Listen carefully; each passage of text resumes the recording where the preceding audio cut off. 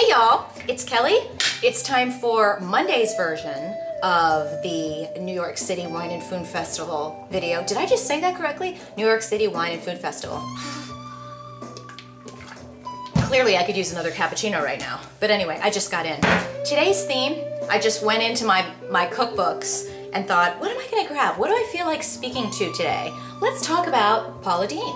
This is one of the first cookbooks I bought from Paula Deen.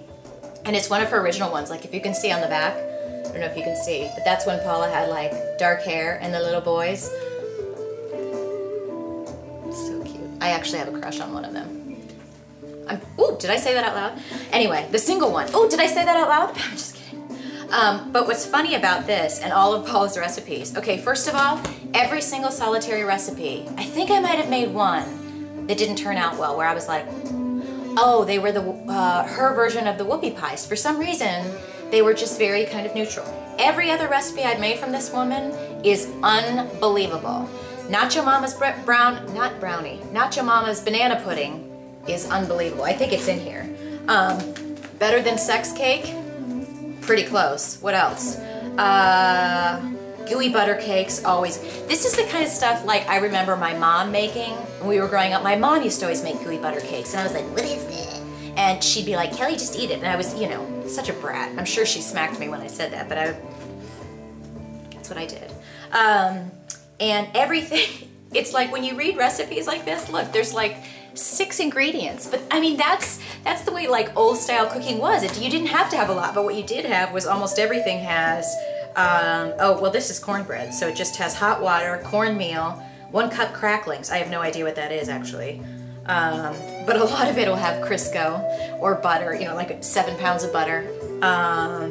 Everything is just delicious. And the way that, like, my foodie philosophy is, because a lot of people have said to me recently, you know, some people that pay attention to my fitness endeavors, they're surprised to find out that I'm such a foodie. But it's like, there's nothing that I love more than entertaining and having my friends and family over and cooking. Seriously. If I could cook for a living, if I could do anything to have anything to do with catering or teaching people how to cook, not necessarily that I would teach people how to cook, because obviously I didn't go to culinary school, and I don't really have any secret recipes that I've made up. I couldn't make up a recipe. What I do know is everything that I've learned from watching Food Network all of these years. You know, I can certainly bang out a red sauce and make a kick-ass lasagna, and I mean, it's all good. Everything that I make well. I'm gonna put it that. I'm just gonna be honest with you. But I'm not like acting like I invent anything crazy. But here it is. Tomato pie. Let me tell you something, people. This is like one of my favorite all-time Paula Deen recipes, other than, well, actually, wait, tomato pie. And then the cookies that I make every year at Christmas time, which are white chocolate cherry macadamia nut chunkies. White chocolate macadamia nut cherry chunkies. You can mix them around, take the words and just mix them up however you wish. They all go together. Let me tell you, if you want to know the definition of holiday food porn, that's it. These cookies will blow your mind. They are unbelievable. When I was married, something caught in my throat there.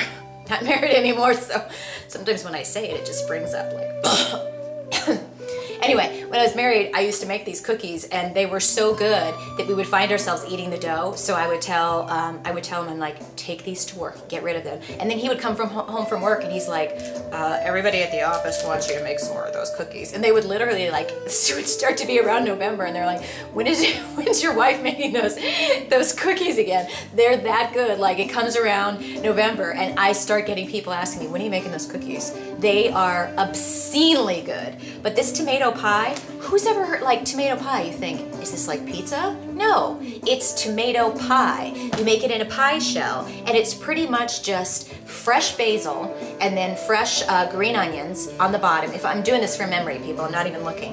And then you take the tomatoes, you cut up your tomatoes, you put your salt on them, you drain them a little bit, you layer the tomatoes on top of that, and then you make a mixture of, if I'm correct, a cup of mayo, regular mayo, full-fat mayo, cheddar cheese and mozzarella cheese. Mix it all up, put it on the top, bake it. You won't be able to speak. It's that good. Every time I've made it, people ask for a bite. And they'll like eat the whole pie. It is so freaking good. Everything this woman makes is so good. But the way I look at it, like I said, I watch my fitness, I work out, I watch what I'm eating. I try to eat good, really good, like healthy food, 80% of the time. But when I'm gonna cook and when I'm having people over, I am making it good. I am not cooking with skim milk. I am not cooking with fat-free cheese.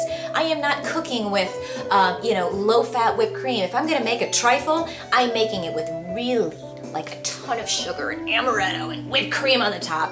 The kind of stuff that makes you lean back and go, oh, why didn't I wear bigger sweats? That's what good cooking's all about. Then you add the wine and you're a happy person. Seriously. So Paula Deen, I gotta give you snaps because everything you make rocks my face off. It's just so like, you're like, is there anything more? Like lick the plate good. Seriously, seriously. I cannot wait to meet this woman.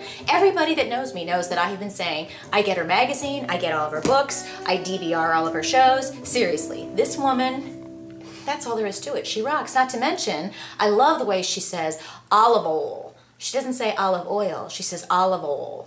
So I just want to hang out with her and drink some sweet tea, maybe some bourbon, talk about recipes, and maybe meet one of her sons. So, oops, did I say that out loud? Register. You guys gotta go to New York with me. It's coming up. They're selling out. You've gotta buy your tickets now. Register now. New York City Wine and Food Festival. If you happen to miss the New York one, what's stopping you from going to Miami next year? I don't know. It certainly isn't me because I'll be there with bells on and maybe some saucy new hats. Now I'm hungry. I have to work out first. Yeah, I'm just rambling. Catch you tomorrow.